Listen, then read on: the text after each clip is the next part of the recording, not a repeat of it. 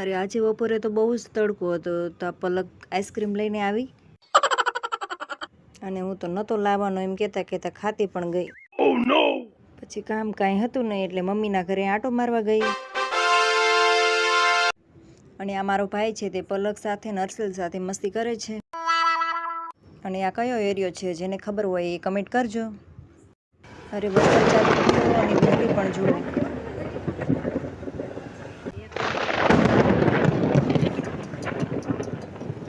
ચાલો ઘરે પહોંચી ગયા અને જો વરસાદ આવ્યો એટલે લાદી તો પલળી જાય, થોડા છાંટા જેવા દેવા પડે તોય થોડા પડે કે ઝાઝા પડે, સાવણે તો પકડવો જ પડે હાથમાં.